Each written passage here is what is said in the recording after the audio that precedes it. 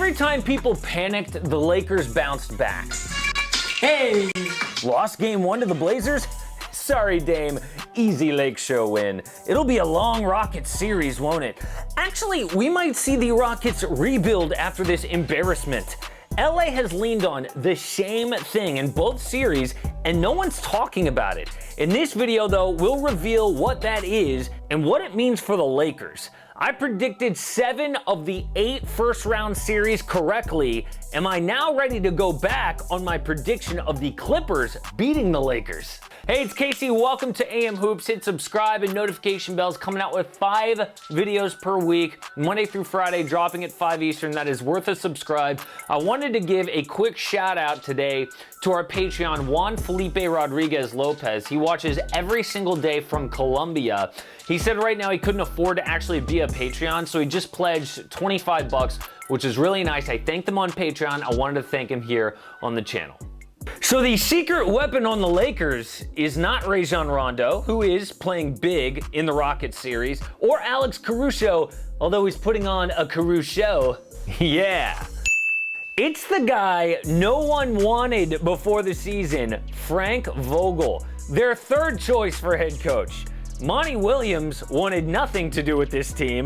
LeBron, after a 37-win season, no thanks, he'll go to the Suns. Ty Lue was insulted by a 3-year contract. Frank Vogel, though, was happy to take it. He came out of nowhere. He wasn't LA enough for fans. Someone changed his Wikipedia to LeBron's puppet.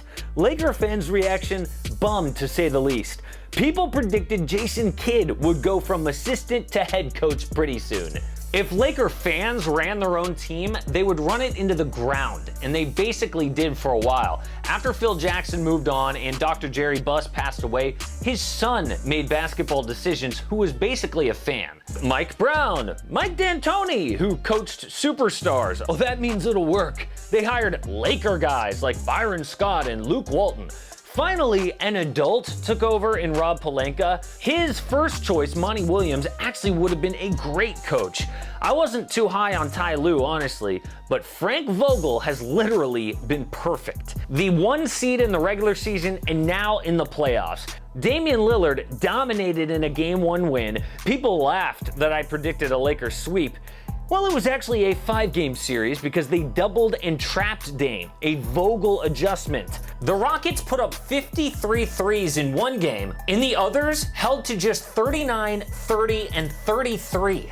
2 of those Rockets losses had a 38-point half and a 41-point half. Another Vogel adjustment, he went small, benching Dwight Howard and killing most of JaVale McGee's minutes. The Lakers have out-small-balled the Rockets. Frank Vogel's coaching has turned the unstoppable Rockets offense into a joke. Some people say, actually, this is just what James Harden does in the playoffs. Russell Westbrook melts down too. But I thought this year was different. Houston was supposed to be rested and ready to play their regular season ball in the postseason. Well, they did it first, but Frank Vogel has been the Lakers' secret weapon. So Vogel can coach. He should. It's right there in his job title, head coach. They should all know the X's and O's coming in.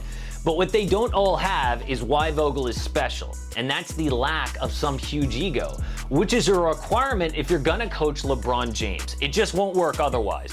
It kind of reminds me of the movie Straight Outta Compton. Eazy-E had control, Dr. Dre was producing the songs, Ice Cube was becoming a star, everyone wanted the credit, and pretty soon... Used to be my homie, now you act like you don't know me. What? You questioning that?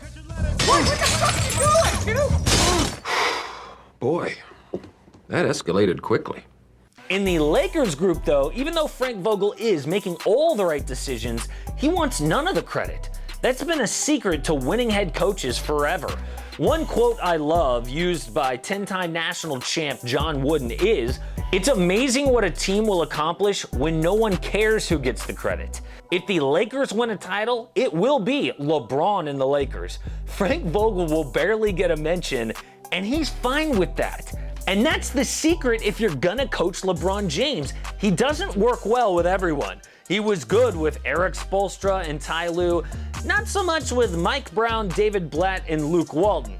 Brown was fired after a 61-win season. Why? LeBron didn't respect him. Shaq told a story in his book about how Brown didn't call out LeBron for his bad defense in a film session, then immediately called out Mo Williams for the same thing.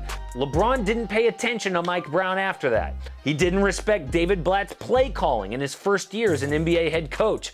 Vogel, though, gets everything right. Holding superstars accountable? Jason Kidd said he earned their trust in play calling in this game against the Mavericks. Vogel called this play that perfectly suited LeBron's game. They eventually beat the Mavs in overtime. Vogel can keep all the Lakers' egos under control, and he's earned their trust without having a relationship with any of them before this year. Vogel just doesn't have that big ego. An early example of that was not rejecting Jason Kidd as an assistant or taking that 3-year contract that Ty Lue wouldn't. Vogel believed in himself. There is a difference between ego and confidence, and Vogel has it. So thank goodness Laker fans don't run this team anymore, that they have a great head coach, but I still don't think that they can beat the Clippers, because ultimately this does come down to players, and their third best player is Rajon Rondo. That is not good enough to beat the depth and talent of the Clips. Look, playoff Rondo is fine, but he's 33 years old, and even in his prime, he doesn't fill out a big three. When Rondo was really young, his championship Celtics had a big three of Kevin Garnett, Paul Pierce, and Ray Allen. It still took 7 games to beat LA. Look at the third best player on recent champions: Klay Thompson, Kevin Love, Chris Bosh. The 2014 Spurs had 4 guys averaging between 15 and 18 points per game. The Lakers have LeBron James, Anthony Davis, then an average roster at best. Kyle Kuzma, supposed to be the third best Laker, averaging about 10 points per game, shooting 29% from downtown. Alex Caruso's another guy without playoff experience. Danny Green is supposed to be streaky, but the only streak he's been on is cold. Rajon Rondo hit 3 of 5 from deep in Game 3. You cannot rely on that. The Clippers, on the other hand, have an elite coach and the most talented / deep team in the league. I wouldn't pick 2 guys to defend LeBron and AD over Kawhi Leonard and Paul George. If they can bother the Lakers' big 2, it will be up to the rest of the Lakers to beat the Clips, and that will not happen. Beyond Kawhi and PG is the 6th man of the year, Montrezl Harrell, a walking bucket in Lou Williams, one of the best defensive guards in Pat Beverly, and others. Just look at the games before they got to the bubble. The Lakers did beat the Clippers once in 3 tries. They got a few miracle threes from Avery Bradley. You know, the guy who opted out. Look, Frank Vogel has been great all year. He's been clutch in the playoffs, but ultimately this is a players' league, and the Clippers just have the better team. Support AM Hoops and click subscribe. Don't miss a daily NBA video.